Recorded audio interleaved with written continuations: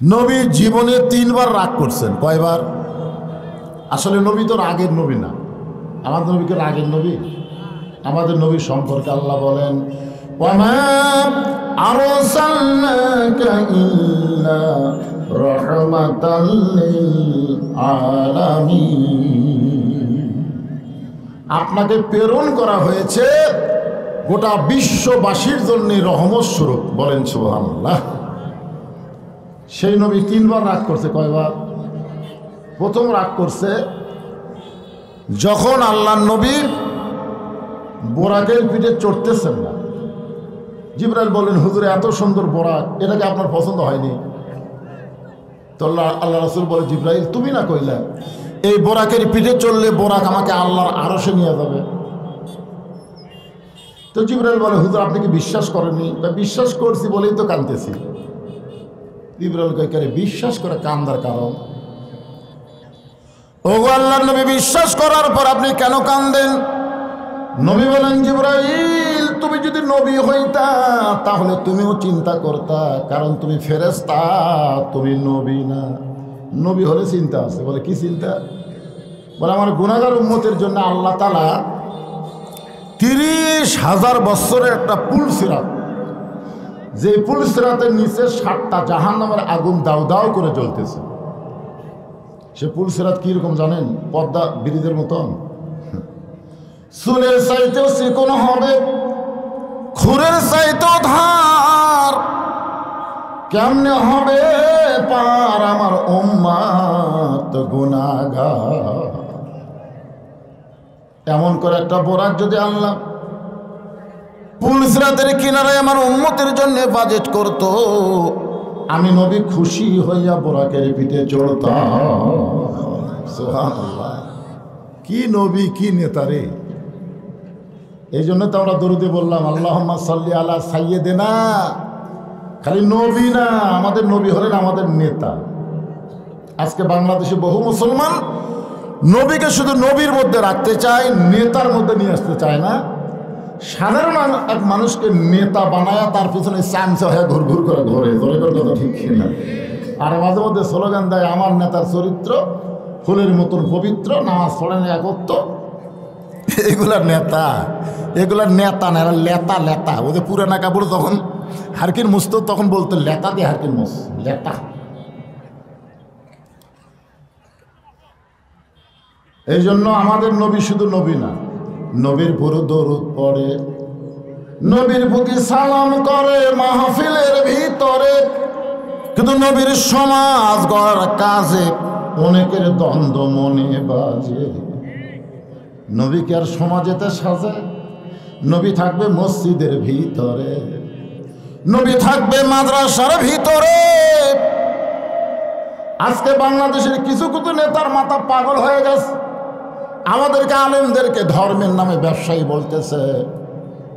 বাদানগোদের মাথা নষ্ট হয়ে গেছে। জোরে কোন কথা ঠিক কিনা? আমার নবীকে ওরা পাগল কইছে, আমার নবীরে জাদুকর কইছে, আমার নবীরে গণক কইছে, আমার নবীরে কবি কইছে। এত কথা যদি নবীকে বলে থাকে তাহলে আলেমদেরকে ওই জাতীয় মানুষেরাই বলবে। জোরে কোন কথা ঠিক কিনা?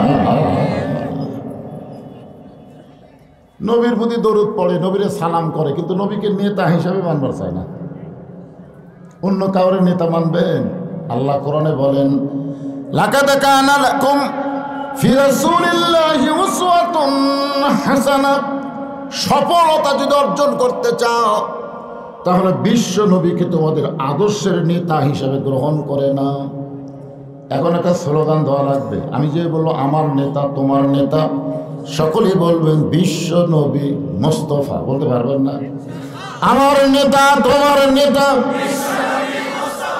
হলো না? আপনারা এত ছোট গলায় স্লোগান দিলেন কেন? আমাদের নবী কি ছোট নবী নাকি? কত বড় নবী কিছুক্ষণ পরেই বুঝবার পারবেন ভাই না। ফেরেশতা জিবরাইল বলেন, রাসূলুল্লাহ আমার মনে হয় এই চাওয়া আল্লাহ আপনার কবুল করবে না। কোন নবীর জন্য আল্লাহ বোরাক বানাই নাই, শুধুমাত্র আপনার জন্য তৈরি করেছে। আর আপনি সেই বোরাকের জন্য গুনাহগার উম্মতের বাজেট চাচ্ছেন। আমার মনে হয় এটা বেশি হয়ে গেল। এটা কি হলো?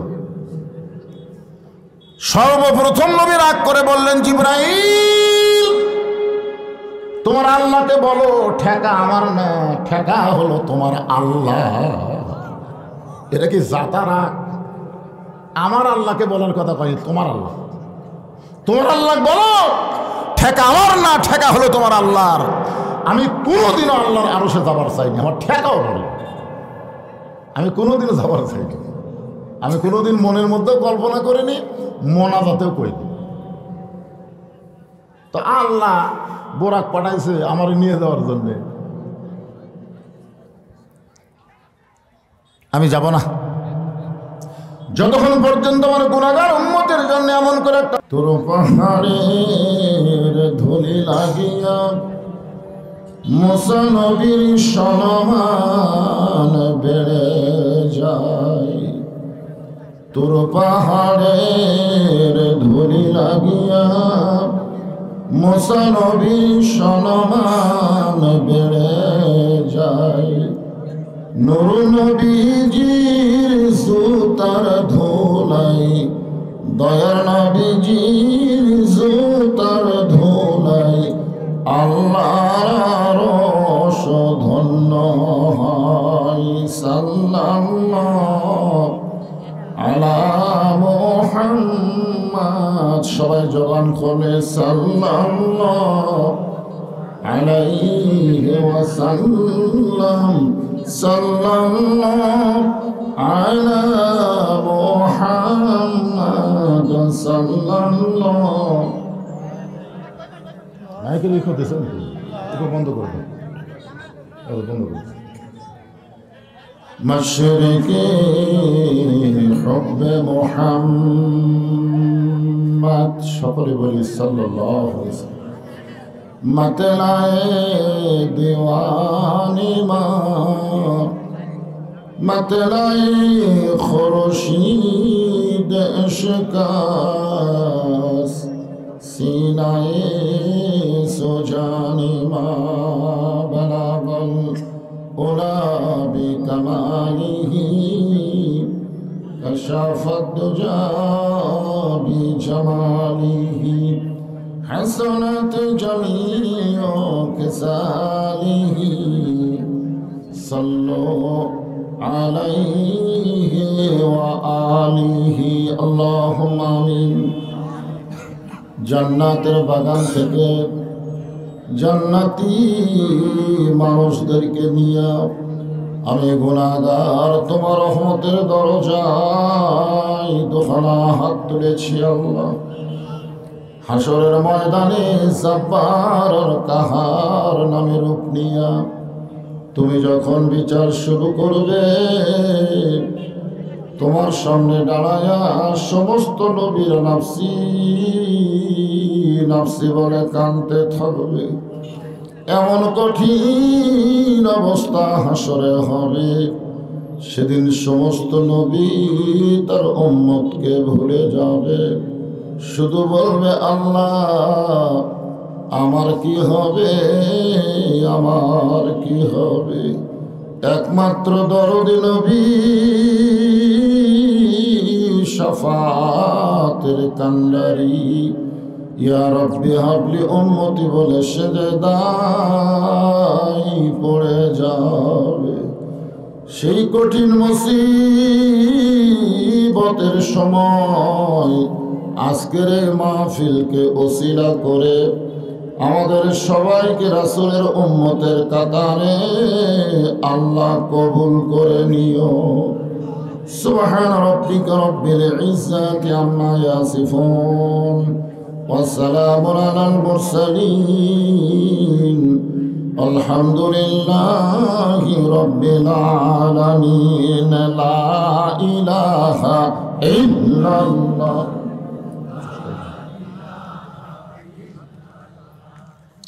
সকলে জবান খুলে মহব্বতে লা ইলাহা ইল্লাল্লাহ, লা ইলাহা ইল্লাল্লাহ, লা ইলাহা ইল্লাল্লাহ, লা ইলাহা ইল্লাল্লাহ লা ইল্লাল্লাহ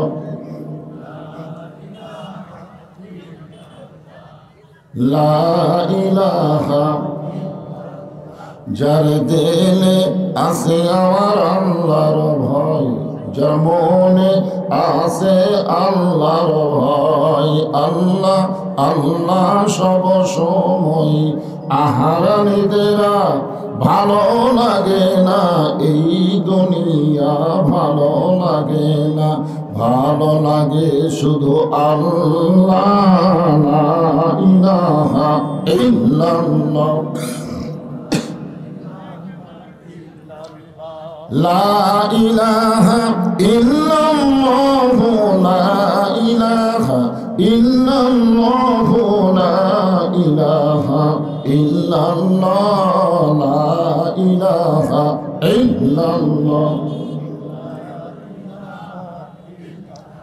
মরণের কালে বুঝিতে পারিবা, কবরে গেলে বুঝিতে পারিবা, এই কলেমার কত গুণ। লা ইলাহা ইল্লাল্লাহু বলরে মুমিনগণ, লা ইলাহা ইল্লাল্লাহ লা ইলাহা লা ইলাহা ইল্লাল্লাহু মুহাম্মাদুর রাসূলুল্লাহ। রাসূলের মহব্বতে জবান খুলে সকলে বলি সাল্লাল্লাহু আলাইহি ওয়াসাল্লাম। কেশরতা পশ্চিমপাড়া বাইতুত তাকওয়া জামে মসজিদ কমিটি কর্তৃক আয়োজিত আজকের এই সন্ধ্যার সময় ইসলামী জলসায় আল্লাহ তাআলা যিনাকে সম্মানিত সভাপতির আসনে কবুল করেছেন, আলহাজ মাওলানা তমিজউদ্দিন শেখ, সহসভাপতি আলহাজ মোহাম্মদ আবু তালেব শেখ। আজকের এই মাহফিলের সম্মানিত অতিথির ভিতরে জনাব আলহাজ আব্দুল মহিদ তালুকদার, জনাব মোহাম্মদ আবু হাসান।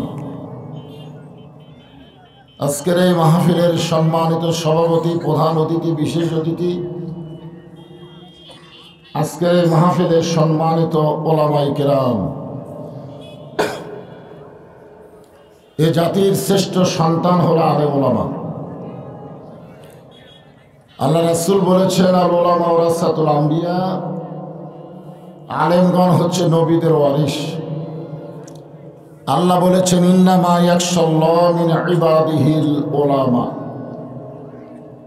আপনাদের মাঝে মাঝে যে সমস্ত আলেম ওলামা বসে আছেন, মঞ্চে আছেন,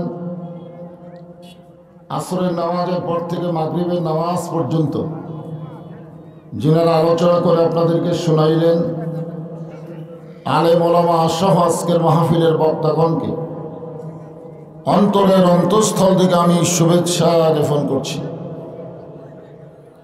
এই মুহূর্তে আমার সামনে যারা বসে আছেন, যিনাদেরকে আল্লাহ তাআলা অত্যন্ত গুরুত্বপূর্ণ সময়ে,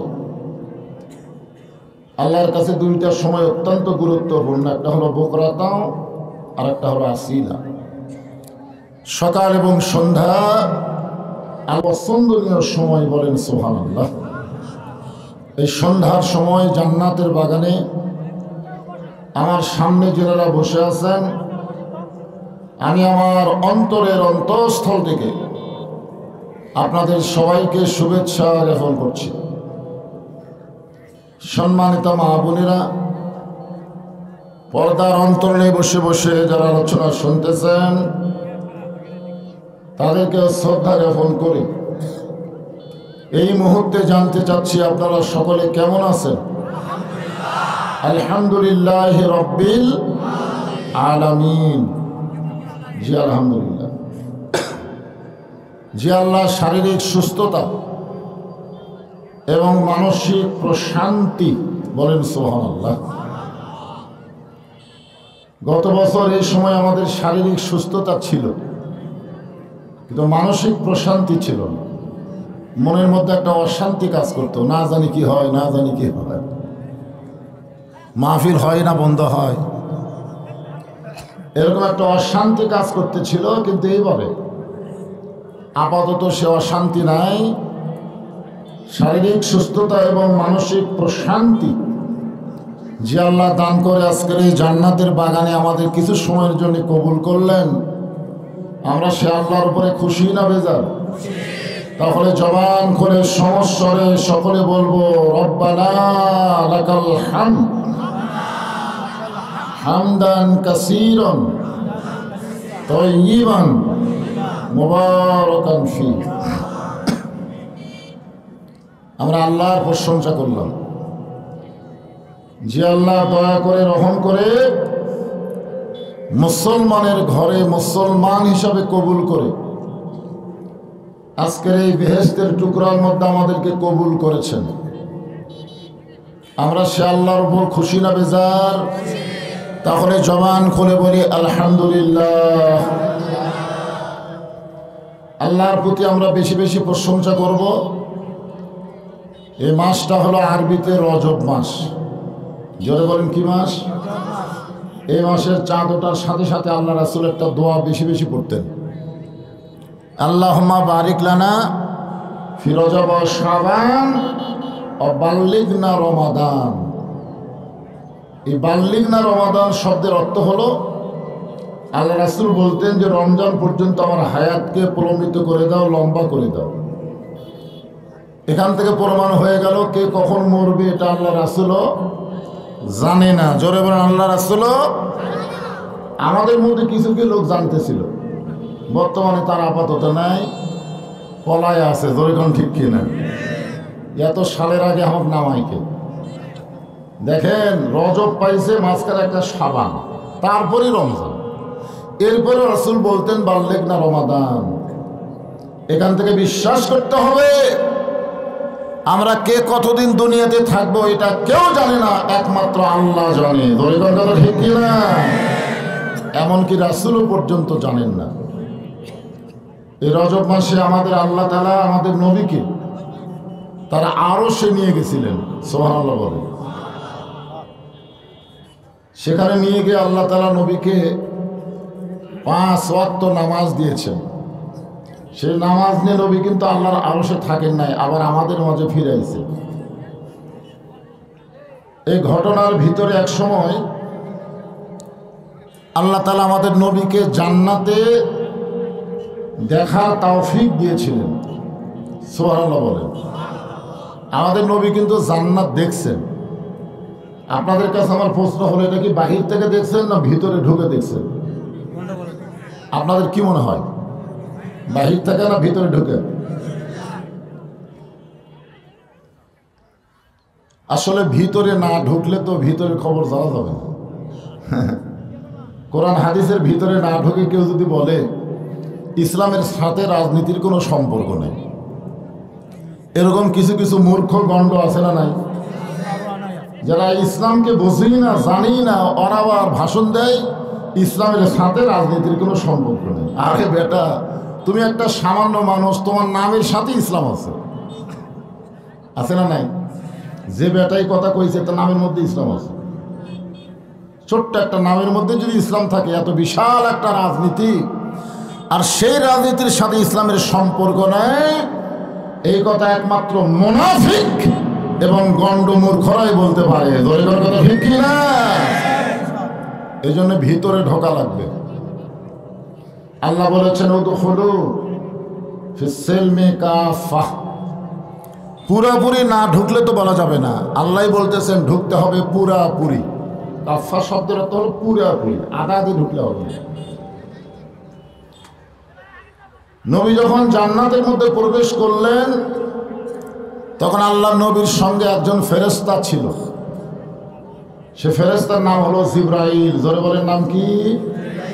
আর আমরা যারা এখানে বসে আছি, আমাদের সঙ্গে সব সময় 2টা ফেরেশতা থাকে।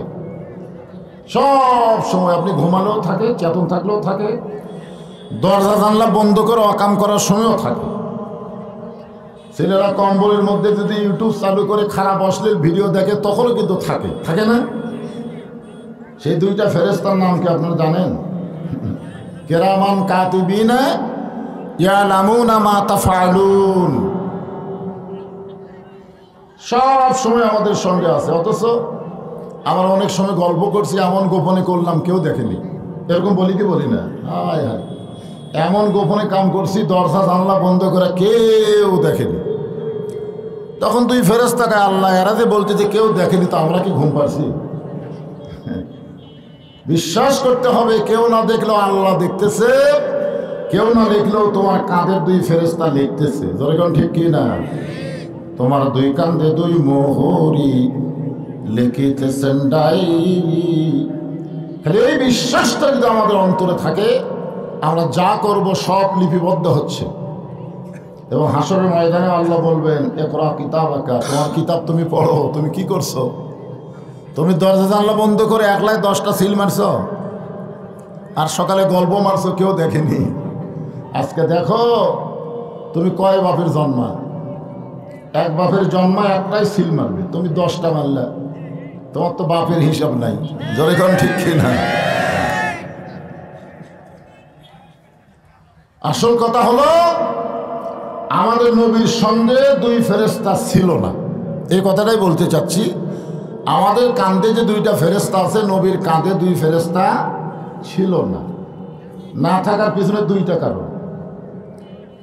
এক নম্বর কারণ হলো, ফেরেশতা জিবরাইল যখন লাইলাতুল মেরাজে নবীর কাছে আসলেন আল্লাহর আরশে নিয়ে যাওয়ার জন্য, এমন সময় দেখে নবী ঘুম পাড়তেছেন। তো জিবরাইল বলেন, আল্লাহ যে নবীকে আল্লাহ আপনার আরশে নিয়ে যাব সেই নবী তো ঘুমায় আছে। আল্লাহ বললেন, জিবরাইল আমার রাসূলকে ডাক দাও। ফেরেশতা জিবরাইল বললেন, কিভাবে ডাক দেব? আল্লাহ বললেন, তোমার জিহ্বাটা বের করে নবীর পায়ের তালুতে সুরবুরি দাও। ফেরেশতা জিবরাইল তার জিহ্বা বের করে নবীর পায়ের তালুতে সুরবুরি দিয়ে নবীর ঘুম থেকে চেতন করে। এখন বলেন, ফেরেশতার সরদার যদি জিহ্বা দিয়ে নবীর পায়ের তালুতে সুরবুরি দেয়, তাকে চেতন করার জন্য সেই নবীর কান্দে চড়ার যোগ্যতা কোনো ফেরেশতা নাই। আপনার কান তো বোঝেন না? বোঝেন তো? আপনারা বলেন তো, তোকে আমি কান্দে তুলে দিলাম, তার মানে কি? তো কবরে তুলে দিলাম। তা আমার নবীর কান্দে চড়ার যোগ্যতা কোনো ফেরেশতার আছে? আর নবীর কোনো কিছু লেখার দরকার নাই, কারণ নবীর আগে পাশের সব কিছু কি করে দিছে আল্লাহ।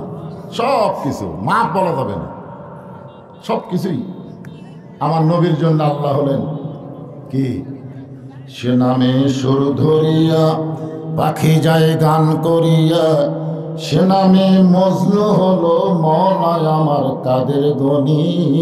সবাই বলেন নবী মোর পরশমণি, নবী মোর সোনার খনি, নবী নাম ভাবে যে জন সেই তো দোজাহানের ধনী। আল্লাহু আকবার। জিবরাইল বললেন, ইয়া রাসূলুল্লাহ, এই মাইকালা ভাই কোথায় গেল? এটা একটু মুখের নিচে পড়ে গেছে, বুঝলেন? ছোট হয়ে কথা বলা লাগতেছে, একটু তুলে দিন। হ্যাঁ, মানে এই এদের টানেও নিচে যেতে পারে, ওই অবশ্য তুলে দিল, কিন্তু থাকলো না তো। মাইকালা ভাই আসলে একটু পেঁয়াজ দিয়ে একটু তুলে দেওয়া। তুমি পারবা না তো, অতগুলো একদিন হবে না, শেষে আরও নিচে যাবে। নিয়ম আছে, নিয়ম আছে। অতগুলো একজন হাত দিলে কাম হবে?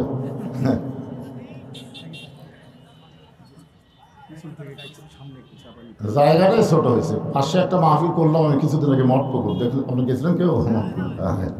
বিশাল প্যান্ডেল, তারপরেও জায়গা হয় না। জায়গাটাই ছোট হয়েছে, কি করবেন? দেখেন কোন সাইডে, আমাকে আবার দেখাও লাগবে তো, এই সাইডে গেলে তো আমাকে দেখতে পারবে না। দেখেন দেখ কি করে, এরা কি করে দেখা পাবে। এই সাইডে যারা দাঁড়ায় আছে, আপনারা বসেন, বসেন, সবাই বসেন, আল্লাহর রাস্তা বসেন।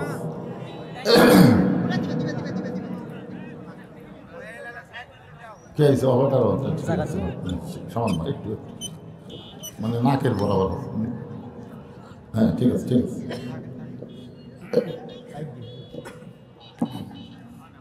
আমার তো ডাবাই গেল রে, কি? সবাই একটু জিকির করেন, লা ইলাহা ইল্লাল্লাহ, লা ইলাহা। আল্লাহর জিকির করতে শরম নাই। লা ইলাহা ইল্লাল্লাহ, লা ইলাহা। কারোর সামনে কি একটু সামান্য ফাঁকা আছে? ফাঁকা তো দেখা যায় না, শীতের দিন চাপলে অসুবিধা নেই। হ্যাঁ, এক ভাই শরীরে উষুম হয়ে যাননি, একটু জমে বসেন আর জিকির করেন লা ইলাহা ইল্লাল্লাহ, লা ইলাহা। চাঁদ সূরজ আর গ্রহ তারা আল্লাহ নামের পাগল পারা। চাঁদ সূরজ আর গ্রহ তারা আল্লাহ নামের পাগল পারা। আমার আল্লাহ নামের এতই দয়া, আল্লাহ নামের এতই মায়া, লুকিয়ে রাখছেন হে আল্লাহ জোরে লা ইলাহা ইল্লাল্লাহ, লা ইলাহা ইল্লাল্লাহ মুহাম্মাদুর রাসূলুল্লাহ সাল্লাল্লাহু আলাইহি ওয়াসাল্লাম। না হইচই করা যাবে না, তুই ইশারা দিয়ে কাম করা যাবে। আপনারা যদি মাহফিলের পক্ষের মানুষ হন তাহলে হইচই করা যাবে না, এটা হাট বাজার না, এটা হাট বাজার। এখানে অসংখ্য ফেরেশতাকে আল্লাহ আজকে প্রেরণ করেছেন শুধুমাত্র আপনাদেরকে পরিদর্শন করার জন্য। আল ইনসান আশরাফুল মখলুকাত, মখলুকাতের ভিতরে মানুষ হলো সবচাইতে ভদ্র জাত। ভদ্র মানুষ চিল্লাচিল্লি করে? হ্যাঁ, ইশারা দিয়ে কাম করবেন, ইশারা দিয়ে। ফেরেশতা জিবরাইল বললেন, হে রাসূলুল্লাহ, আপনি যদি জান্নাত থেকে বের না হন আল্লাহ আপনাকে জান্নাত থেকে বের করে দিবে না। এ কথা কার? আল্লাহ। আল্লাহ কোরআনে বলেন, সালামুন আলাইকুম তিবতুম ফাদখুলুহা খালিদিন। জান্নাতে প্রবেশ করে আল্লাহ বলেছেন খালিদিন, মানে চিরস্থায়ী ভাবে আল্লাহ তাকে জান্নাত দিয়ে দেয়। এখন অনেকে আবার এখানে পেঁয়াজ খুঁজবে, পেঁয়াজ। তাহলে আদম আলাইহিস সালামকে আল্লাহ জান্নাতে রাখার পরে বাইর করে দিলেন কেন? আদম আলাইহিস সালামকে জান্নাতে গেছিলেন ইবাদতের আগে না ইবাদতের পরে? কারণ তো আগে না পরে? আল্লাহ কোরআনে শর্ত করে দিয়েছেন, জান্নাতের মধ্যে ঢুকতে গেলে ফাদখুলি ফি ইবাদি ওয়াদখুলি জান্নাতি। যে আল্লাহর দাসত্বে নিজকে আবদ্ধ করে নিল, আল্লাহর বান্দা হলো, গোলাম হলো, ও যেন জান্নাতের মধ্যেই প্রবেশ করলো। বলেন সুবহানাল্লাহ। তাহলে জান্নাতে ইবাদত করার আগে আল্লাহ তাআলা আদমকে রাখছিলেন, ইবাদতের আগে। জান্নাতে রাখার পরে আল্লাহ একটা ইবাদত দিলেন। আহারে, এখন আবার কি? আজকে ওয়াজে হবে ইন্নাল্লাহা মা'আস সাবির। ধৈর্যশীলদের সঙ্গে কে থাকে? আমি তো আয়াতে কারিমা তেলাওয়াত করছি, আপনারা তো শোনেননি ঠিক মতো। হ্যাঁ, একটু ধৈর্য ধরেন, আমার ধৈর্য ধরারও সাইজ আছে। সন্তান পানি পড়ে পানি খেয়ে ডুবে যাচ্ছে, ওই সময় কেউ যদি বলে ইন্নাল্লাহা মা'আস সাবিরিন, ধৈর্যশীলদের সঙ্গে আল্লাহ আছে, থাকবে না? এখন ধৈর্য ধরার একটা লিমিট আছে, নিয়ম আছে। আমি নিয়মও বলবো ইনশাল্লাহ, অসুবিধা নেই। একটু পরিবেশ দেন, সুন্দর পরিবেশ। রজব মাস, আজকে হলো লাইলাতুল মিরাজের রাত। যেরকম সুবহানাল্লাহ। আপনাদের এত ভালো ভাগ্য যে মাহফিলটা হলো মিরাজের রজনীতে। সুবহানাল্লাহ। এই জন্য একটু মনোযোগ দিয়ে কথাগুলো খেয়াল করে শুনতে হবে। তাহলে জান্নাতে আল্লাহ আদমকে রাখছিলেন ইবাদত করার আগে। এটা কি আল্লাহ রাখার জন্য রাখছিলেন না বার করার জন্য? আল্লাহ কিন্তু কঠিন খেলোয়াড়। এই ওবায়দুল কাদের মতো মাজা ভাঙ্গা না যে খালি কয় খেলা হবে অথচ প্লেয়ার নেই। মানুষ তৈরি করার আগে আল্লাহ বলেছিলেন وَإِذْ قَالَ رَبُّكَ لِلْمَلَائِكَةِ إِنِّي جَاعِلٌ فِي الْأَرْضِ খলিফা। ফেরেশতাদের বলেছিলেন আমি দুনিয়াতে খলিফা পাঠাবো। জোরে কান কি পাঠাবো? খলিফা, প্রতিনিধি পাঠাবো। এ কথা আগেই বলেছিলেন। এরপর আল্লাহ তাআলা তৈরি করে জান্নাতে রাখলেন। জান্নাতের ভিতর আল্লাহ একটা ইবাদত দিয়েছিলেন। ইবাদত, সেই ইবাদতটা কি জানেন? ওয়ালা তাকরাবা হাযিহিস শাজারাতা ফাতাকুনা মিনাজ জালিমিন। তোমাদের ইবাদত হলো এই গাছের কাছে যায় না। ওই গাছের কাছে গেলে তোমরা জালেম হবে। মারাত্মক কথা, জালেম। কোন ইবাদত নাই, একটাই মাত্র ইবাদত। হাজার হাজার গাছ আছে, লক্ষ লক্ষ গাছ আছে, প্রত্যেক গাছের ফল খাও, খালি একটা গাছের কাছে যাইও না। এগুলো ইবাদত আমাদের দিলে করা সহজ। জোরে কোন ঠিক কিনা? এত হাজার হাজার গাছ আছে, খালি ফল ধরে আছে, সেইটা বাদ দেয়, ওটা কেন যাবো? কিন্তু এরপরেও মনের মধ্যে কিউরিসিটি, ওর মধ্যে কি আছে? কারণ নিষেধ করলেই তার প্রতি আকর্ষণ বাড়ে মানুষের। জোরে কোন কথা ঠিক কেন? নিষেধ করলেই দেখবেন এর প্রতি একটা আলাদা আকর্ষণ হয়। যাই হোক, গাছের ফল খাইছে, জান্নাত থেকে বের করে দিচ্ছে। বের করে দেওয়ার পিছনে আল্লাহ বললেন আমি জান্নাতের মধ্যে পেশাব পায়খানা তৈরি করিনি। ওই ফল খাওয়ার সাথে সাথে তোমাদের পেশাব হবে, পায়খানা হবে। এখন পেশাব পায়খানা কোথায় করবা? জান্নাতের মধ্যে তো পেশাব পায়খানা নাই। তো তোমাদেরকে পেশাব পায়খানা করার জন্যে আমি দুনিয়াতে পাঠাচ্ছি। এখান থেকে আপনারা খেয়াল করবেন, দুনিয়া থাকার জায়গা না, এটা হলো পেশাব পায়খানা করার জায়গা। কথা না? এখন পেশাব পায়খানা করতে এসে যদি কেউ কয় জানো না রে, আপনি পায়খানার মধ্যে ঢুকে বাড়াবার চান না থাকবার চান? কথা কর না গে, থাকবার চান? আজকে সারাদিন আমি এখানে থাকবো, কেউ থাকবে না ভাই, কাজ হয়ে গেলি আউট। তো দুনিয়াটা হলো পেশাব পায়খানা করার জায়গা, এখানে থাকার জায়গা না। কিন্তু কতগুলো বোকা এখানে এসে থাকতে চায়, যাওয়ার কথা ভুলে যায়। এই দেখেন, ওই একটা টার্গেট লাইন মার, ও ছেলে। আচ্ছা, এত মানুষ থাকতে বক্তার দিকে টার্গেট করতে দেখেন।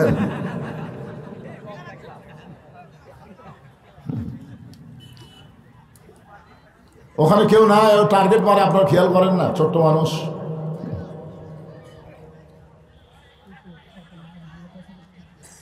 ফেরেশতা জিবরাইল বলেন রাসূলুল্লাহ,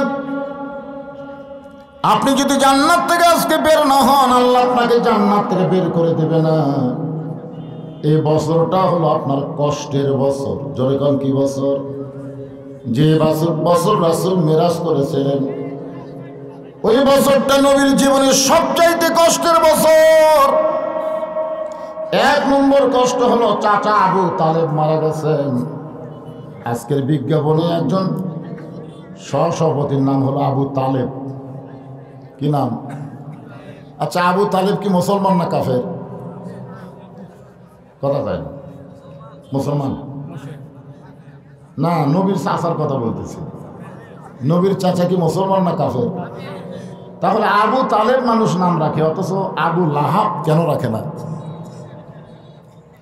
আপনার গোটা বাংলাদেশ খুঁজে দেখবেন আবু লাহাব নামে একটা লোক নেই, কিন্তু আবু তালেব আছে। শিশুকালে মরে গেছে মা,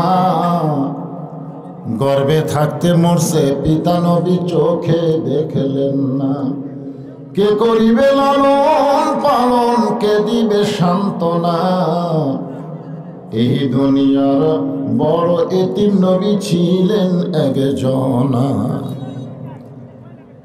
আল্লাহর নবী বলেন, মায়ের পেটে থাকতে আমি এতিম ছিলাম, কিন্তু দুনিয়াতে আসার পরে আমি আর এতিম ছিলাম না। ভাগ্যগুণ এমন একটা চাচা পাইছিলাম, যেই চাচা আবু তালেব আমাকে এমন ভাবে লালন পালন করলো। দুনিয়াতে আমার বাবা নাই, এটা কোনো সময়ের জন্য আমি বুঝতে পারিনি। সুবহানাল্লাহ। আপনারা ও এখানে মোটরসাইকেল আছে?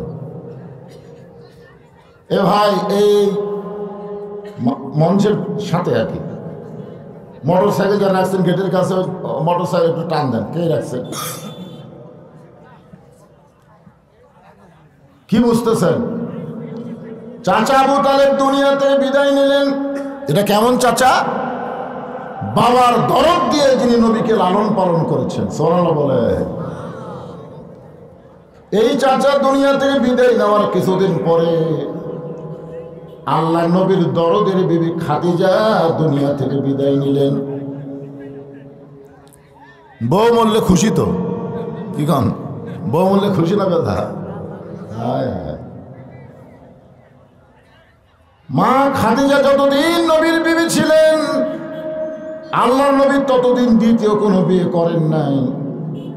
মাঝে মাঝে খাদিজা বলতেন, এ রাসূলুল্লাহ, 25 বছরের তরতাজা একটা যুবক 40 বছরের বয়স্ক একটা মেয়েকে বিয়ে করেছেন। হুজুর, এই বয়স্ক মহিলার সঙ্গে সংসার করতে করতে করতে আপনি বুড়ো হয়ে যাচ্ছেন। ওগো আল্লাহর নবী, আপনি দ্বিতীয় আর একটা বিয়ে করেন। আল্লাহ রাসূল খাদিজার কপালে চুমাতে বলে, খাদিজা, তুমি যদি আমার বিবি হইতা তাহলে হয়তো তুমি শুধু আমার বিবি না, তুমি হইলা আমার দরদ। সুবহানাল্লাহ বলেন। এই দরদের বিবি খাদিজা দুনিয়া থেকে বিদায় নেওয়ার কিছুদিন পরে আল্লাহর নবী সান্ত্বনা খোঁজার জন্য কলেমার দাওয়াত নিয়ে তায়েফে গেলেন। তায়েফে, তায়েফের মানুষেরা নবীর সঙ্গে এত খারাপ ব্যবহার করল, শুধুমাত্র চেহারা ছাড়া দেহের এমন কোন জায়গা নাই যে জায়গায় তারা পাথরের আঘাত করে নাই। গোটা দেহ যখন রক্তাক্ত হয়ে গেল, ওই রক্তমাখা দেহ নিয়ে নবী যখন মক্কায় ফিরে আসতেছেন, আসার পথ একটা বাবলা গাছের নিচে বসে নবী বলতেছেন, জায়েদ রে, আমার চাচা আবু তালেব দুনিয়াতে নাই, আমার দরদের বিবি খাদিজাও দুনিয়াতে নাই। ওই মক্কায় গেলে আমাকে কি আদর করবে, সোহাগ করবে? আল্লাহ বলে, জিবরাইল, আমার নবী মক্কায় গেলে সোহাগ আদর করার কেউ যখন নাই, অতি সত্বর আমি আল্লাহ তাআলা আমার নবীকে আরশে নিয়ে আমি নিজেই তাকে আদর করতে চাই। জোরে বলেন সুবহানাল্লাহ। এখন আপনারা বলেন, কষ্টের পরে শান্তি আছে না নাই? 3টা কষ্ট, লাগাতার কষ্ট, এরপরে দেখেন শান্তি। বাংলার মুসলমানেরা বহু কষ্ট করেছেন, আগামীতে আমরা শান্তির একটা বাংলাদেশ দেখতে চাই। ধরে কথা ঠিক কিনা? কি কি দেখবেন? শান্তির বাংলাদেশ দেখতে গেলে দোয়া দিয়া দরুদ দিয়া শান্তি হবে না। মানুষের তৈরি আইনকে বাদ দিয়ে আল্লাহর কোরআনকে গ্রহণ করা লাগবে। ধরে ঠিক কিনা? ওম শান্তি, ওম শান্তি বলে শান্তি হবে না।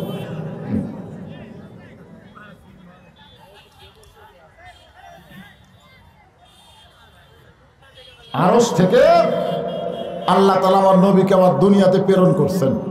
সেই ঘটনা বলতে গিয়ে আমি জান্নাতের কথা বলতেছি। নবী জীবনে 3 বার রাগ করছেন। কয়বার? আসলে নবী তো রাগের নবী না। আমাদের নবীকে রাগের নবী? আমাদের নবী সম্পর্কে আল্লাহ বলেন, ওয়ামা আরসালনাকা ইল্লা রাহমাতাল লিল আলামিন। আপনাকে প্রেরণ করা হয়েছে গোটা বিশ্ববাসীর জন্য রহমত স্বরূপ। বলেন সুবহানাল্লাহ। সেই নবী 3 বার রাগ করছে। কয়বার? প্রথম রাগ করছে যখন আল্লাহর নবী বোরাকের পিঠে চড়তেছেন না। জিবরাইল বলেন, হুজুর এত সুন্দর বোরাক, এটাকে আপনার পছন্দ হয়নি? তো আল্লাহ রাসূল বলে, জিবরাইল তুমি না কইলা এই বোরাকের পিঠে চললে বোরাক আমাকে আল্লাহর আরশে নিয়ে যাবে? তো জিবরাইল বলে, হুজুর আপনি কি বিশ্বাস করেননি? বিশ্বাস করছি বলেই তো কাঁদতেছি। জিবরাইল কয়, বিশ্বাস করে কান্দার কারণ? ওগো আল্লাহর নবী, বিশ্বাস করার পর আপনি কেন কান্দেন? নবী বলেন, জিবরাইল তুমি যদি নবী হইতা তাহলে তুমিও চিন্তা করতা, কারণ তুমি ফেরেশতা, তুমি নবী না। নবী হলে চিন্তা আছে। বলে কি চিন্তা? বলে আমার গুনাহগার উম্মতের জন্য আল্লাহ তাআলা 30,000 বছরের একটা পুল সিরাত, যে পুল সিরাতের নিচে 7টা জাহান্নামের আগুন দাউ দাউ করে জ্বলতেছে। সে পুলসিরাত কিরকম জানেন? পদ্মা ব্রিজের মতন, চুলের চাইতেও চিকন হবে, খুরের চাইতেও ধার। কেমনে হবে পার আমার উম্মত গুনাহগার? এমন করে একটা বোরাক যদি আল্লাহ পুলসিরাতের কিনারায় আমার উম্মতের জন্য বাজেট করত, আমি নবী খুশি হইয়া বোরাকের পিঠে চড়তাম। সুবহানাল্লাহ, কি নবী, কি নেতা রে! এই জন্য তো আমরা দরুদে বললাম আল্লাহুম্মা সাল্লি আলা সাইয়্যিদিনা। খালি নবী না, আমাদের নবী হলেন আমাদের নেতা। আজকে বাংলাদেশে বহু মুসলমান নবীকে শুধু নবীর মধ্যে রাখতে চায়, নেতার মধ্যে নিয়ে আসতে চায় না। সাধারণ এক মানুষকে নেতা বানায় তার পিছনে চামচা হয়ে ঘুরঘুর করে ঘোরে, ধরে কথা ঠিক না। আর মাঝে মধ্যে স্লোগান দেয় আমার নেতার চরিত্র ফুলের মতন পবিত্র, নামাজ পড়েন একত্র। এগুলার নেতা, এগুলার নেতা না, এরা লেতা লেতা। ওদের পুরানা কাপড় তখন হারকিন মুস্ত, তখন বলতো লেতা দিয়ে হারকিন মুস, লেতা। এই জন্য আমাদের নবী শুধু নবী না, নবীর পুরো দরুদ পড়ে, নবীর প্রতি সালাম করে মাহফিলের ভিতরে। কিন্তু নবীর সমাজ গড়ার কাজে অনেকের দ্বন্দ্ব মনে বাজে। নবীকে আর সমাজেতে সাজায়, নবী থাকবে মসজিদের ভিতরে, নবী থাকবে মাদ্রাসার ভিতরে। আজকে বাংলাদেশের কিছু কিছু নেতার মাথা পাগল হয়ে গেছে, আমাদেরকে আলেমদেরকে ধর্মের নামে ব্যবসায়ী বলতেছে। বাদানগোদের মাথা নষ্ট হয়ে গেছে, জোরে কোন কথা ঠিক কিনা? আমার নবীকে ওরা পাগল কইছে, আমার নবীরে জাদুকর কইছে, আমার নবীরে গণক কইছে, আমার নবীরে কবি কইছে। এত কথা যদি নবীকে বলে থাকে তাহলে আলেমদেরকেও ওই জাতীয় মানুষেরাই বলবে, জোরে কোন কথা ঠিক কিনা? নবীর প্রতি দরুদ পড়ে, নবীরে সালাম করে, কিন্তু নবীকে নেতা হিসাবে মানবার চায় না। অন্য কাউরে নেতা মানবেন? আল্লাহ কোরআনে বলেন লাকাদ কানা লাকুম ফি রাসূলিল্লাহি উসওয়াতুন হাসানাহ। সফলতা যদি অর্জন করতে চাও তাহলে বিশ্ব নবীকে তোমাদের আদর্শের নেতা হিসাবে গ্রহণ করে না। এখন একটা স্লোগান দেওয়া লাগবে। আমি যে বলবো আমার নেতা, তোমার নেতা, সকলেই বলবেন বিশ্ব নবী মোস্তফা। বলতে পারবেন না? আমার নেতা, তোমার নেতা হলো না। আপনারা এত ছোট গলায় স্লোগান দিলেন কেন? আমাদের নবী কি ছোট নবী নাকি?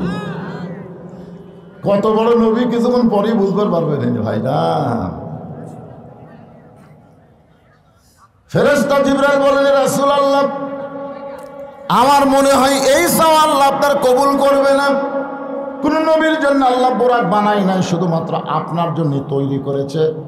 আর আপনি সেই বোরাকের জন্য গুনাহগার উম্মতের বাজেট চাচ্ছেন। আমার মনে হয় এটা বেশি হয়ে গেল। এটা কি হলো?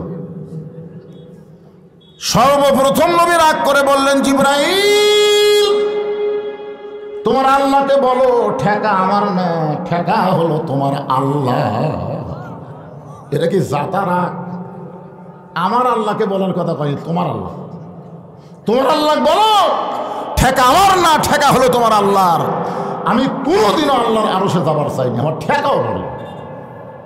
আমি কোনোদিনও যাবার চাইনি, আমি কোনোদিন মনের মধ্যে কল্পনা করিনি, মোনাজাতেও করিনি। তো আল্লাহ বোরাক পাঠাইছে আমার নিয়ে যাওয়ার জন্যে,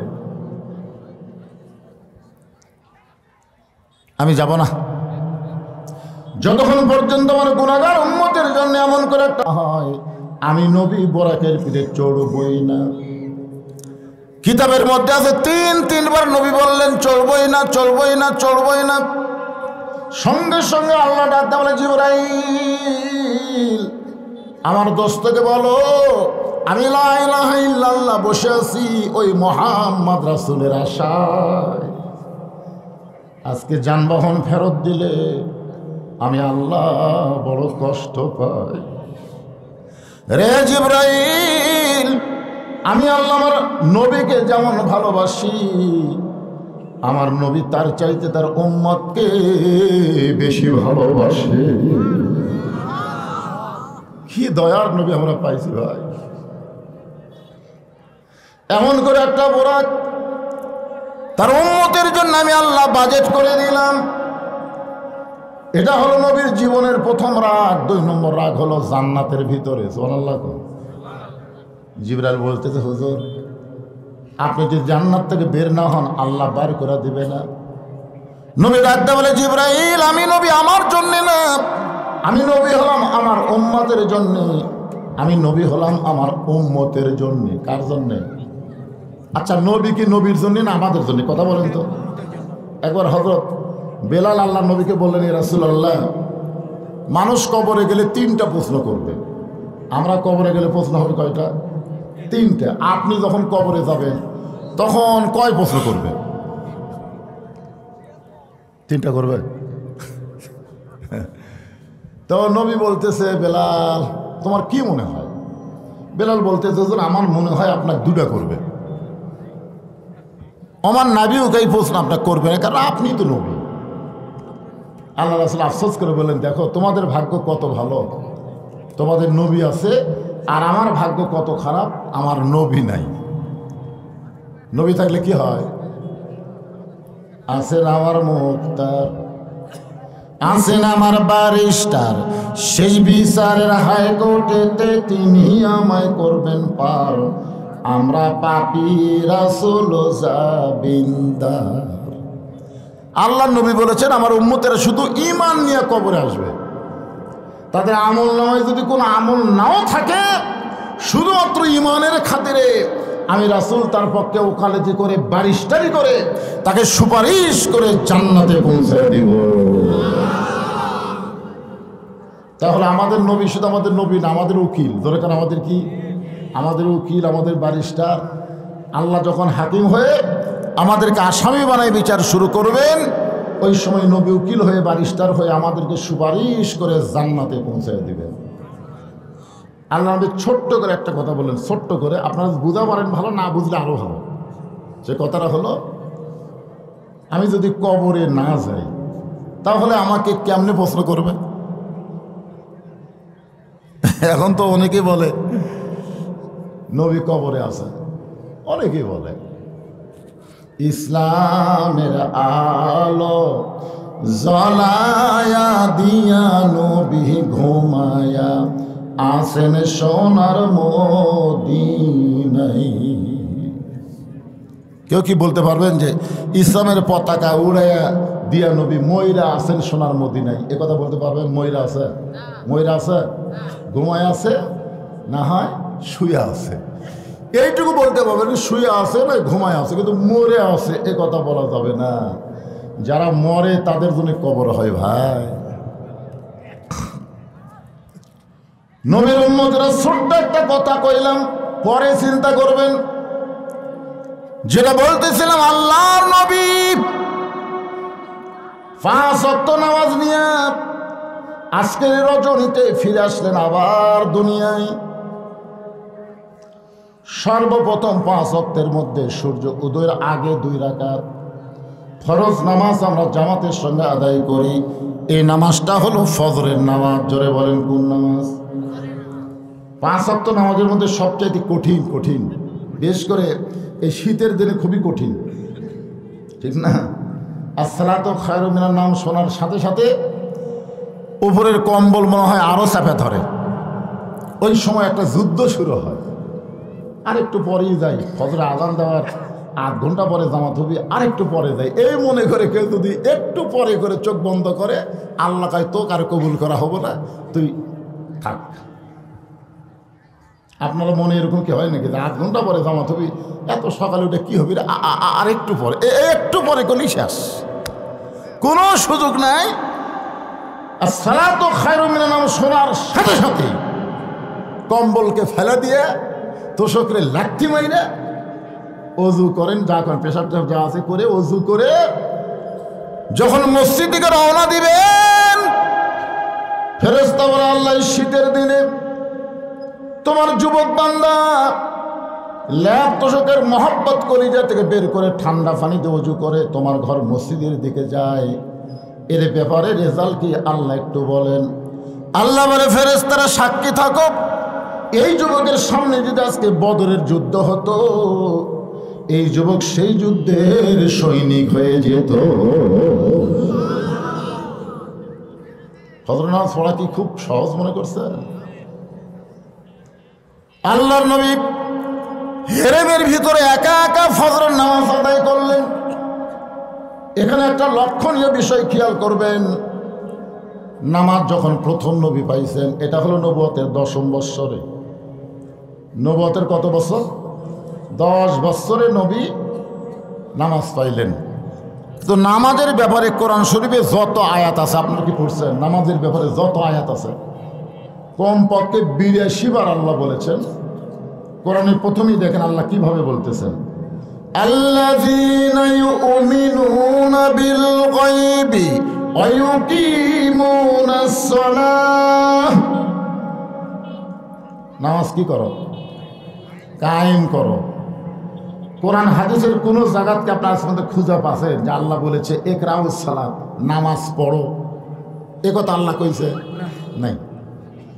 আমরা যেটা করতেছি সেটা হলো নামাজ পড়া, যেটা আল্লাহও কয়নি নবীও কয়নি, সেই কাম করতেছি আমরা। আল্লাহ কয় নামাজের জোরে ফায়েশা কাজ যাবে দূরে, পাক কোরআনে রয়েছে ঘোষণা। এখন আকাম কুকাম নামাজ রোজা একসাথে বান্ধিয়া বোঝা, জাহান্নামে দিয়া সরওয়ানা। আজও কেন বাংলার জমিনে নামাজ কায়েম হইল না? একটু মনোযোগ দিয়ে শুনবেন। নবী আমার একা একা ফজর নামাজ আদায় করে যখন বের হচ্ছেন, হেরেম শরীফ থেকে যখন বের হচ্ছেন, সর্বপ্রথম যার সঙ্গে দেখা তার নাম হলো আবু জেহেল। আবু জেহেল কিন্তু আসলে ওর নাম না, অরিজিনাল নাম কি? হ্যাঁ, আমরা যে মাযহাব অনুসরণ করি, আমি বহু লোককে বলেছি, শতকরা 100 জনের মধ্যে 95 জনই উত্তর দিবার পারেনি। আমি বললাম আমাদের ইমামের নাম কি? আবু হানিফা। আবু হানিফা ওনার নাম হলো নোমান ইবনে সাবেত। ওনার অরিজিনাল নাম হলো নোমান ইবনে সাবেত। সাবেতের সন্তান নাম হলো নোমান, অথচ আমরা কেউ জানি না। আবু জেহেলের অরিজিনাল নাম কি জানেন? উমর ইবনুল হিসাম। নবী সবসময় 2 উমরকে নিয়ে দোয়া করতো, আল্লাহ এই 2টা উমর যদি ভালো হয়ে যায়, দাওয়াতের ব্যাপারে আমার কোনো সমস্যা নাই। একটা হলো নেতা, একটা হলো ক্যাডার। একটা কি? নেতা। আবু জেহেল হচ্ছে নেতা, আর উমর ইবনুল খাত্তাব হচ্ছে ক্যাডার। আজকে বাংলাদেশের নেতার ক্যাডারগুলো যদি ভালো হয়ে যায়, আমাদের মতন আলেমদের আর ওয়াজ করা লাগবে না, বিনা ওয়াজে বাংলাদেশে আমল হবে। ধরে কোন কথা ঠিক কি না? 13 বছর নবী ওয়াজ করছেন, কাম হয়নি। আমি আমার জীবনে 42 বছর হয়ে কাম করতেছি, হচ্ছে না। 50 বছর কোরআনে তাফসীর করে জেলখানা। ধরে কোন কথা ঠিক কি না? রেজাল্ট হচ্ছে জেলখানা, মরে না, হাসপাতাল দিয়ে জামানে হেরে দাও, এই তো রেজাল্ট। আল্লাহর বান্দার একটু মনোযোগ দিবেন। রজবের রাতে, লাইলাতুল মিরাজের রাতে আপনাদেরকে যে কথাটা বলতে, সর্বপ্রথম যার সঙ্গে দেখা হলো তার নাম আমরা যেটা চিনি সেটাই বলতেছি, আবু জেহেল। নাম কি? এটাই আমরা তো জানি। আবু জেহেল নবীর চেহারার দিকে তাকায় থাকেন, নবীর চেহারা থেকে নজর ফিরাবার পারে না, শুধু তাকায় আছে, তাকায় আছে। 4 সূর্য গ্রহ তারা, তারি নূরের ইশারা, নলে যে অন্ধকারে ডুবিত এই ধরনী। সবাই বলেন নবী মোর পরশমণি, নবী মোর সোনার খনি, নবী নাম ভাবে যেজন সেই তো দোজাহানের ধনী। আবু জেহেল বলতেছে, বাজান সুন্দর সময় দেখেছি তুমি সুন্দর, সকাল বেলায় দেখতেছি তুমি অতীব সুন্দর। সন্ধ্যার সময় তোমাকে দেখলাম তুমি সুন্দর। আমাদের নবী যে সুন্দর, এ ব্যাপারে সন্দেহ আছে নাকি? এক বক্তা ওয়াজ করতেছে যে জুলাইখা কইল যে আমি কেন ইউসুফের জন্য পাগলি হছি, মেয়েরা তোমরা যদি জানবার চাও তাহলে একদিন দাওয়াত। সবার হাতে একটা লেবু দিছে আর একটা চাকু দিয়ে বলতেছে তোমাদের সামনে দিয়ে ইউসুফকে নিয়ে যাব আর বলবো লেবু কাটো, লেবু কাটো। ইউসুফরে নিয়ে যখন জোলাইখা যাচ্ছে আর বলে মেয়েরা লেবু কাটো, ওরা লেবু না কেটে হাতের আঙ্গুল কেটে গেছে। আঙ্গুল কাটে যাচ্ছে, লেবু না কাটে খেয়ালি নেই। ইউসুফের দিকে তাকায় থাকে, সব শেষ। কিন্তু লাইলাতুল মেরাজে বর্তমানে যেখানে ফিলিস্তিনদেরকে হত্যা করা হচ্ছে, ওই বাইতুল মুকাদ্দাস আল্লাহ কোরআনে বলেছেন সুবহানাল্লাযী আসরা বিআবদিহি লাইলাম মিনাল মাসজিদিল হারাম ইলাল মাসজিদিল আকসা। মসজিদে আকসাকে আমরা বাইতুল মুকাদ্দাস বলি। নবী আমার সমস্ত নবী রাসূলের ইমামতি করছে, সুবহানাল্লাহ। জিবরাইল বললেন হুজুর আপনি যে ইমামতি করলেন, আপনার পিছনে যারা নামাজ পড়লো তাদেরকে আপনি চেনেন? রাসূল বলে জিবরাইল আমি তো চিনি না। বলে আপনি কি তাদের দেখবার চান? দেখবার তো মন চাই। বিশাল একটা মেম্বরে নবীকে দাঁড় করে দেওয়া হলো, আর সমস্ত নবী রাসূলকে বলা হলো আপনারাও দাঁড়ান। নবী সমস্ত নবী রাসূলের দিকে তাকায় আছে, আর সমস্ত নবী রাসূল আমাদের নবীর দিকে তাকায় আছে। একটা নবী আর তাকায় থাকতে পারেনি, আস্তে আস্তে নবীর কাছে আইছে। বলতেছে আপনি কোন নবী? আপনি আমার কাছে চলে আসলেন, বলে আমার নাম হলো ইউসুফ। আমি মনে করতাম আমি খুব সুন্দর, কিন্তু আজকে আপনার কাছে আমি নাই, আজকে আপনার কাছে আমি নাই। মনে হচ্ছে হেজাকের কাছে মোমবাতি। সুবহানাল্লাহ কর না কেন? সুবহানাল্লাহ কর। মা ঈশা বলেছেন আমি যদি বলতাম মেয়েরা তোমাদের সামনে দিয়ে আমার নবীকে নিয়ে যাওয়া হবে, তোমরা নবী দেখতা আর লেবু কাটবা, আর লেবু কাটবে না, বুকের কলজা কাটবে, তার নবীর দিক থেকে নিজের দৃষ্টিকে অবনত করবে না। এই জন্য সকলে একটু মনোযোগ দিয়ে শুনবেন। চাঁদ সূর্য গ্রহ তারা তারি নূরের ইশারা, নূরে যে অন্ধকারে ডুবিত এই ধরনী। সবাই যুবকেরা গুনগুন করে বলো নবী মোর পরশমণি, নবী মোর সোনার খনি, নবী নাম ভাবে যেজন সেই তো দোজা হানের ধ্বনি। সন্ধ্যার সময় দেখলাম তুমি সুন্দর, কিন্তু সকালবেলা দেখতেছি অতীব সুন্দর। তোমার চেহারা দিয়ে মনে হয় আলো প্রকাশ পাচ্ছে, এত সুন্দর তুমি কেমনে হলে? রাসূল বলে চাচা আজকে সকালবেলায় এত সুন্দর দেখার পিছনে একটা কারণ। আজকে রাতের বেলা কাবার পাশে আমি ঘুমিয়েছিলাম, ফেরেশতা জিবরাইল আমার ঘুম থেকে চেতন করে জমজমের কুবের পানি দিয়ে ওযু করানোর পরে বোরাকের পিঠে করে বাইতুল মুকাদ্দাসে নিয়ে গেল। বাইতুল মুকাদ্দাসে আমি 2 রাকাত নামাজ পড়ানোর পরে সেখান থেকে 7 আসমান পাড়ি দিয়ে আল্লাহর আরশে গেলাম। আল্লাহর সঙ্গে আমার দেখা হলো। আল্লাহ তাআলা আমাকে 5 ওয়াক্ত নামাজ দিল। আমি জান্নাতে গেলাম, জাহান্নামে গেলাম। বাইতুল মামুরের মধ্যেও 2 রাকাত নামাজ পড়ালাম। ওগো চাচা, আল্লাহর সঙ্গে মেরাজ করার কারণে আল্লাহ আমাকে 5টা নূর, 5টা আলো, 5টা নামাজ দেওয়ার কারণে হয়তো আমার চেহারা দিয়ে এত সুন্দর আলো বের হচ্ছে। কারণ রাতের বেলা দেখা করছে কার সাথে? আরো জোরে বলেন না কেন? আল্লাহর সাথে। দেখবেন যারা 5 ওয়াক্ত নামাজ পড়ে এদের চেহারার মধ্যে একটা নূর দেখা যায়। আপনার খেয়াল করছেন? দেখতে যদি কালো হয় তারপরে নামাজের চেহারার মধ্যে কিন্তু আলাদা একটা ভালোবাসা, আলাদা একটা সৌন্দর্য থাকে। থাকে কি থাকে না? কথা বলেন ভাইজান। আর বেনামাজি যতই সুন্দর হোক দেখবেন বিলাতি কুত্তার লাগাল দেখা যায়। ধরে এখন কথা ঠিক, যত সুন্দরী হোক তারপরে দেখবেন শালা বিলাতি কুত্তা নাকি রে। মানে চেহারার মধ্যে কোনো মধু নেই, মহব্বত নেই। নামাজ শুধু নামাজ না, নামাজ হচ্ছে একটা আলো, নামাজ হচ্ছে একটা নূর। এই কপাল যখন আল্লাহর সেজদা দেয়, শুধু আল্লাহর সেজদা দেয় না, এই কপালের মাধ্যমে আল্লাহর মহব্বতে নিজের অস্তিত্বকে বিলীন করে দেয়। ধরে কোন কথা ঠিক না? ছোট ছোট বাচ্চারা কোন পারে কথা কয়? এই পার না ওই পার? আচ্ছা, এই মাহফিল কি এই আব্দুল করিম একলাই করতে চায়? আচ্ছা, আর কি ভলেন্টিয়ার নাই? তো আসে একটা ডাঁটে বসে গেছে সামনে। এই বাচ্চাগুলো কোন থেকে জন্ম হলো রে? সন্ধ্যার সময় মুরগি খোঁজে মেয়ে মানুষ, দেখবেন সন্ধ্যার সময় ঘরের মধ্যে মুরগি টুরগি ঠিক মতো উঠলো কিনা। দেখে তো সব মুরগি উঠছে, একটা মোরও ওঠেনি। মেয়ে মানুষ কয় আলহামদুলিল্লাহ, কয় না এই মোরগ কুটি গেল, কোন মুরগির বিপদ পড়লো এক খুঁজাই বার করা লাগবে। 3-4 বাড়ি খুঁজে দেখে যে এক ঘরা দুটাই মোরগ আর একটা করতেছে। সব করে ধরা কাকে আমার ঘরাত মুরগি নাই, এই আমার ঘরের মুরগি বাদ দেয় তুই অন্য ঘরে ঢুকলি কেন? কি বুঝতেছেন? মুরগি সন্ধ্যার সময় খোঁজে, গরু ছাগল সন্ধ্যার সময় গোয়াল ঘরে উঠলো কিনা প্রত্যেকটা মরদ মানুষ কিন্তু দেখে কি দেখে না ভাইজান? তাহলে মুরগি দেখেন সন্ধ্যার সময়, গরু ছাগল দেখেন সন্ধ্যার সময়। এখন সন্ধ্যা পার হয়ে এসার নামাজ হয়ে আসতেছে, তো এই বাচ্চাগুলো কোন জায়গাতে আছে? আর বাপ মাকে খোঁজার দরকার নাই। এরা কি গরু মুরগির চাইতেও দাম কম হলো নাকি? খোঁজে না কেন? এই জন্য রাসূল বলেছেন 7 বছর বয়স থেকে তালিম দাও, 10 বছর বয়স থেকে জোর করে মসজিদে নিয়ে যাও। তাহলে 7 বছর থেকে যদি আপনার বাচ্চাদের তালিম দিতে পারতেন, তারা বাইরে চিল্লাচিল্লি করতো না। দিচ্ছেন না, মনে করতেছেন আল্লাহ ভালো করে দিবি, তাই না? আল্লাহ ভালো করবে। বিয়ে করে যখন বউ পাবি তখন আপনি লাঠি দিয়ে থুইয়া শহর চলে যাবি। জনগণ কথা ঠিক কিনা? ছোট ছোট বাচ্চাদেরকে আদর করে সামাল দিবেন।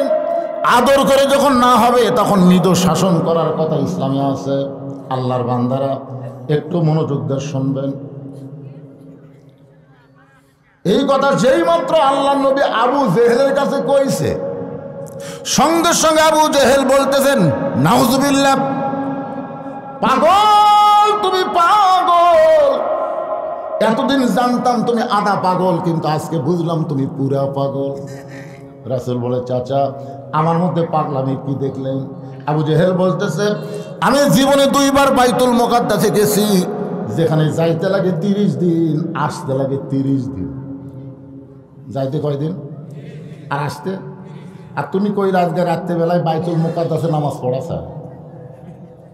সেখান থেকে 7 আসমান পাড়ি দিয়ে আল্লাহর কাছে গেলে আল্লাহ তোমার 5 ওয়াক্ত নামাজ দিল। সে নামাজ রাতারাতি ফেরত এসে সকালবেলায় গাঁজা খড়ি গল্প তুমি ভাগ শুনেলে। আসলেই তুমি একটা পাগল। এই কথা বলে আবু জেহেল যেমন দৌড় মারতেছে, রাসূল চিল্লায় বলে চাচা 1000 বার আমাকে পাগল বলেন, কিন্তু আপনি দৌড়ান কেন? আবু জেহেল বলতেছে অনেক চেষ্টা করলাম, আমার এলাকা থেকে তোকে বের করার ইস্যু পাচ্ছিলাম না।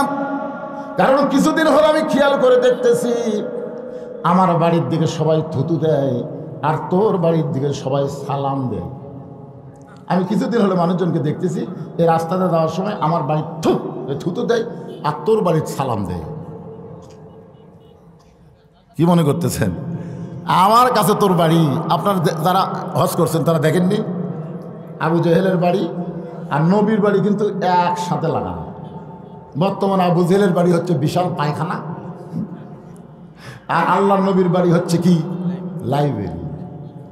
কিছুদিন আগে সাবেক প্রধানমন্ত্রী হাসিনার একটা কল রেকর্ড ফাঁস হয়েছিল, আপনারা শুনছেন? বলতেছে আমাকে কেন্দ্র অফিসের খবর কি, তখন বলতেছে পেশাব পায়খানা। মানুষজন তো কেউ যায় না, কেউ যদি যায় পেশাব করবার যায়, পায়খানা করবার যায়। কি বুঝতেছেন? নমুনা কিছুটা বোঝা যাচ্ছে না? বুঝতে পারতেছেন না আপনারা? হ্যাঁ, আবু জেহেল ইস্যু খুঁজতেছিল, আমার বাড়ির দিকে থুতু দেয়, তোমার বাড়ির দিকে সালাম দেয়। এত ভালো মানুষ, আমার বাড়ির কাছে আমি থাকতে দেব না, তাড়ায় দিব, কিন্তু ইস্যু পাচ্ছিলাম না। আজকে যখন পাইছি এক দৌড়ে হযরত আবু বকরের বাড়ির দরজায়, সকালবেলা আবু বকরের দরজায় গিয়ে ডাক দিছে, আবু বকর, আবু বকর তুমি বাড়িতে আছো কিনা? হযরত আবু বকর চমকে গেছে। এত বড় নেতা এই সকালবেলায় আমার বাড়ির দরজায়, মনে হয় নেতা ভোটার দাঁড়াচ্ছে। দেখবেন বড় বড় নেতারা সাধারণ মানুষের দরজার যখন আসবে তখন বুঝবেন কি 5 বছর শেষ হয়ে গেছে। এরা কিন্তু সহজে আসে না, এরা আসে 5 বছর পর পরে। জোরে কোন কথা, ঠিক কথা বল না কেন? আর আল্লাহর কোরআনের নেতা যারা হবে এরা কোনো সময় সংসদে বসার চান্স পাবে না। দিনের বেলা রাতের বেলা ঘুরে ঘুরে মানুষের দুঃখ কষ্ট তারা দেখবে। তাদের সামনে আল্লাহর কোরআন এসে বলবে, ইয়া আইয়ুহাল্লাযীনা আমানুত্তাকুল্লাহা হাক্কা তুকাতিহি ওয়া লা তামুতুন্না ইল্লা ওয়া আনতুম মুসলিমুন। কি বড় নেতা হইছো? বাংলাদেশের মতন 96টা দেশের খলিফা হযরত ওমর মেম্বরে বসে নিজের গালে নিজে চড়ায়। ওসমান গনে বলে, আমির আল মুমিনিন, আপনি কি পাগল হয়ে গেলেন? নিজের গালে নিজে চড়াচ্ছেন কেন? ওমর ফারুক বলে, ওসমান, কিছুক্ষণ আগে আমার নফস আমাকে ধোঁকা দিয়েছে, মিন শাররিল ওয়াসওয়াসিল খান্নাস। আমাদের সকলের ভিতরে খান্নাস আছে না নাই? জোরকান আছে না নাই? এই খান্নাস আমারে কইছে আমি নাকি অর্ধ পৃথিবীর খলিফা। ওসমান গনি বলতেছে, ঠিকই তো কইছে, আপনি তো অর্ধ পৃথিবীর খলিফা। ওমর ফারুক, ওসমান, বর্তমানকে নিয়ে যারা শুধু চিন্তা করে এরা মানুষ না। যারা প্রকৃত মানুষ তাদের চিন্তা করতে হবে অতীতকে নিয়ে, ভবিষ্যৎকে নিয়ে। দরকার কথা ঠিক কিনা? সাবেক সরকার খালি বর্তমান নিয়ে চিন্তা করছে। কি হনুরে, ভবিষ্যতের খবর যদি একটাবার চিন্তা করত তাহলে বাংলাদেশ ছেড়ে পলান লাগতো না। ধরে কথা কন না কেন? পলান লাগতো না। আপনাকে রে এই আদমদিগের নেতারাও যদি ভবিষ্যতের চিন্তা করত তাহলে আজকে বাড়ি ঘর ছেড়ে পলান লাগতো না। ধরে কথা ঠিক কিনা? আপনার আমার ভবিষ্যৎ কি? মশান তো ভালোই মারতেছেন। একজন কয়, ভাই মসজিদে ভয়ে ঢুকি না কেন? মসজিদের বারান্দার খাটনি তো, তো খাটনি দেখলে আমার খালি মরার কথা খেয়াল হয়, এদের মসজিদে যাই না ভাই। হ্যাঁ, কত বড় শয়তান রে! মসজিদের খাটনি দেখলে ওর মরার কথা খেয়াল হয়, এই জন্যই মসজিদে যায় না। আমাদের ভবিষ্যৎ কি? ওই খাটনি ওটা কি জন্য মেনাত হতো? এমনি এমনি মশান মারতেছেন 4তলা 5তলা বাড়ি করে। কি হনু রে, হামাক নামাইকে একটা ভূমিকম্প দিলে তুই নামবো না, তোর বাপ নামবি। তোর এখন কথা ঠিক কি না?